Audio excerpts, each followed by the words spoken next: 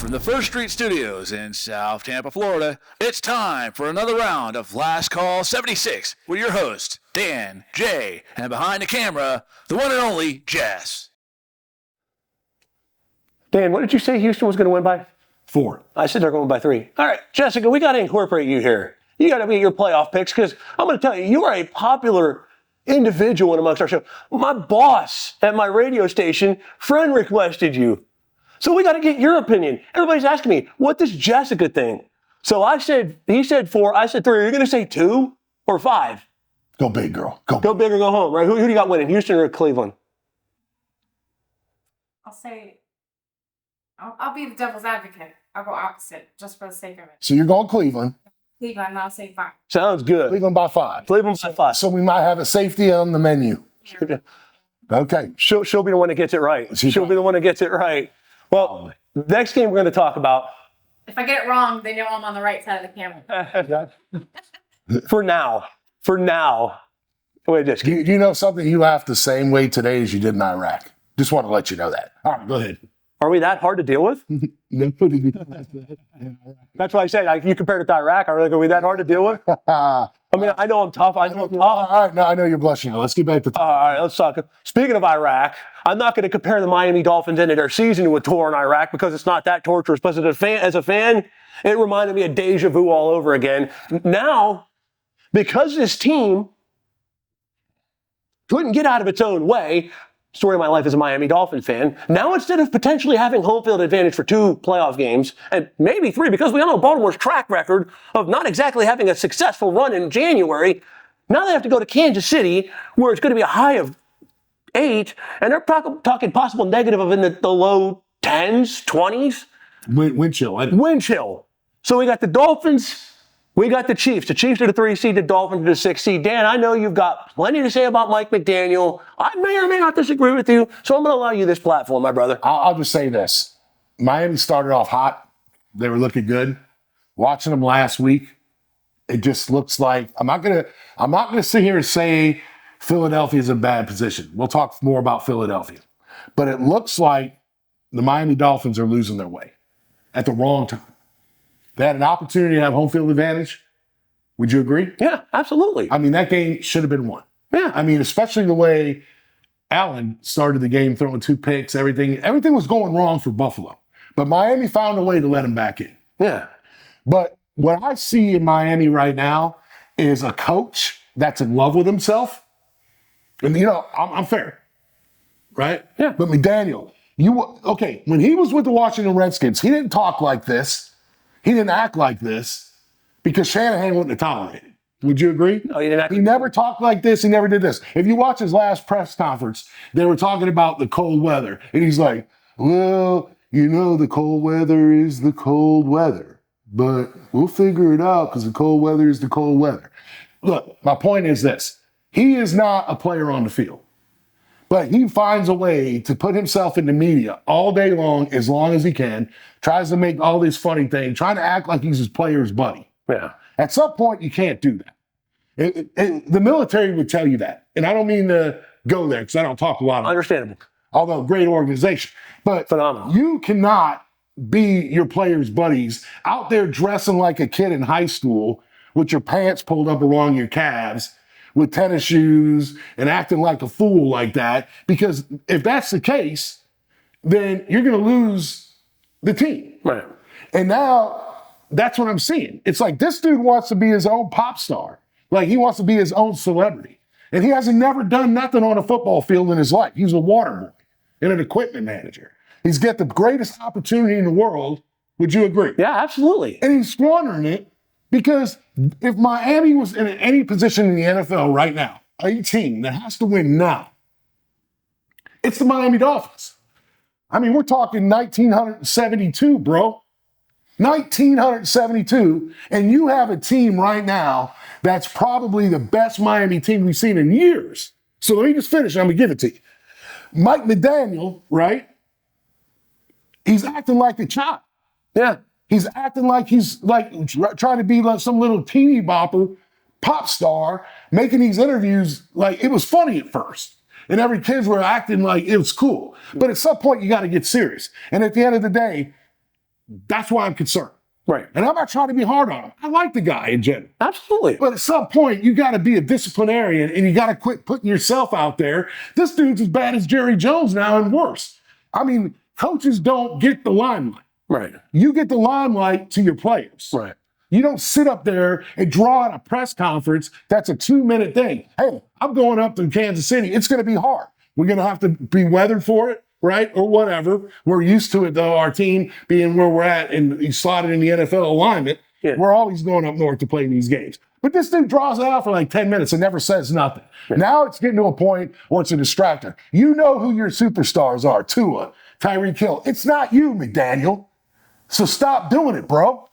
Coach, lead, and mentor your players, or you're going home today. And I guarantee you are. My prediction, because of that guy as a coach, Kansas City wins by 7. There you go. You can have it now. I have a hard time disputing that. And I want to caveat, and I'm going to preface this. I don't think there has been one coach the Miami Dolphins have had since Don Shula, and I include Jimmy Johnson in that list, that I like as a human being more than Mike McDaniel. And that's fair. That is fair. As a human being. And if you know McDaniel's story, okay, the guy overcame alcoholism. The guy hit rock bottom and built himself back up. He is a likable human being, Dan. He is a savant of offensive knowledge. He is a genuinely nice guy. And I can't take away what he's done with the Miami Dolphins. Nobody will. Back-to-back playoff appearances. When this team has made, prior to him coming into playoffs twice, since, 99?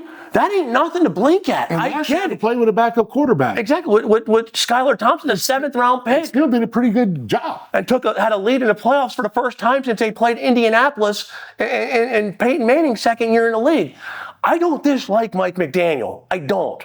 I have a high opinion of the guy. I want him to succeed. But like Dan said, he didn't do this crap in Washington. He didn't do it in Cleveland. He didn't do it in San Francisco.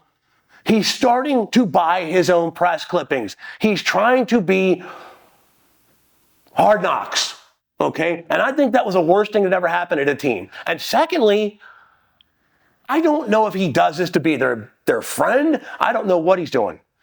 2 games down the stretch this year. 2. This team was running the football with efficiency and running it very well. We talk about Hill. We talk about Waddle. We talk about Tua. Raheem Mostert had 20-plus touchdowns on the ground this year. A chain, every time he seems to touch the football, it's like watching a human pinball in there. They can run the football. But for reasons unbeknownst to me, in both the Tennessee game, which was completely unexcusable, and the Buffalo game, he abandons the run. He's more worried about Tua Tagovailoa setting a single season, the passing yardage record for the season, being the league passing leader, and Tyreek Hill getting this single season receiving yardage and touchdown, record, than he is the team winning. That's great. That's awesome for their bonuses. Awesome, phenomenal. You know what else is awesome for their bonuses? Winning games, winning divisions.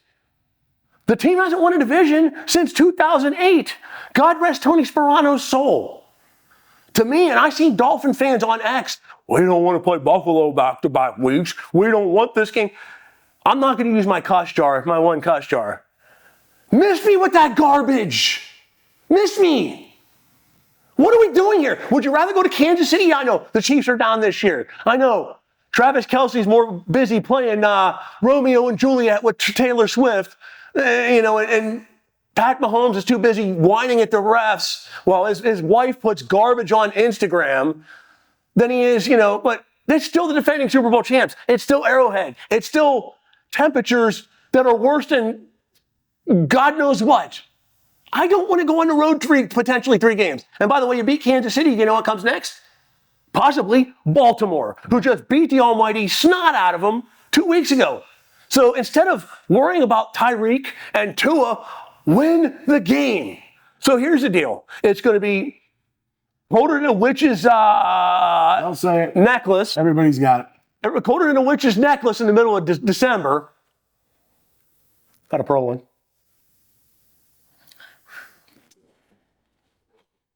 In Kansas City. The Chiefs are meh against the run. Simple philosophy here. I don't care if Tua Tagovailoa has 1 passing yard.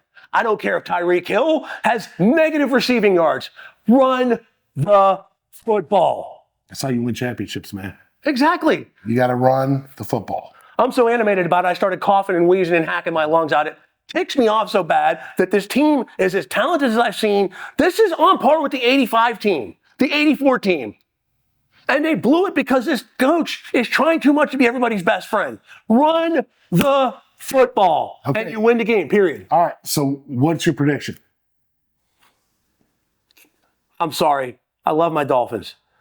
After they choked against Tennessee, then a game they should have beat the bejesus out of them. After they choked against Buffalo, after they showed no pulse against Baltimore, I can't pick them. And I pray to God Almighty I'm wrong. Kansas City by 4. Kansas City by 7.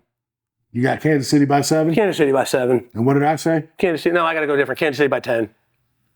Look, here, and I'll close it here. I know you're emotional. You're allowed to get emotional about your own team.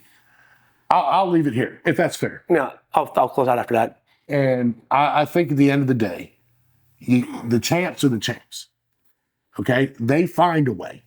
Until you become a champ, we don't know if you can find a way because you haven't found your way to be a champion yet. So there's 2 sides to that story, right? Yeah. You're trying to be the champion, and now you're trying to beat the champion at home.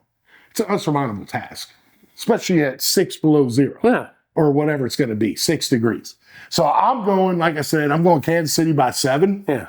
Patrick Mahomes, those guys are professionals. Absolutely. They're pros. There's a reason why they're MVPs. They show up at the right time. They have the ability to show up, and they're going to win the ship at least today. And then if things roll through Kansas City, if Baltimore finds a way to stumble, they're going to be a hard out. So that's what I'm going to leave it at. And I'll let you finish up because we're short on time on this one. I'll be short, sweet, and to the point. You know why I'm so passionate? 39 years I followed this team. I've seen the greatest quarterback of all time. And I'm sorry, dispute me all you want. Get his career squandered. Close but no cigar. Close but no cigar. I've seen a $1 billion defense with a running game and a defense at Dan Marino would a walk barefoot through Hades for. Get squandered because they put mediocre quarterback after mediocre quarterback after mediocre quarterback. I saw 20 plus years of false, if not no hope. Cam Cameron.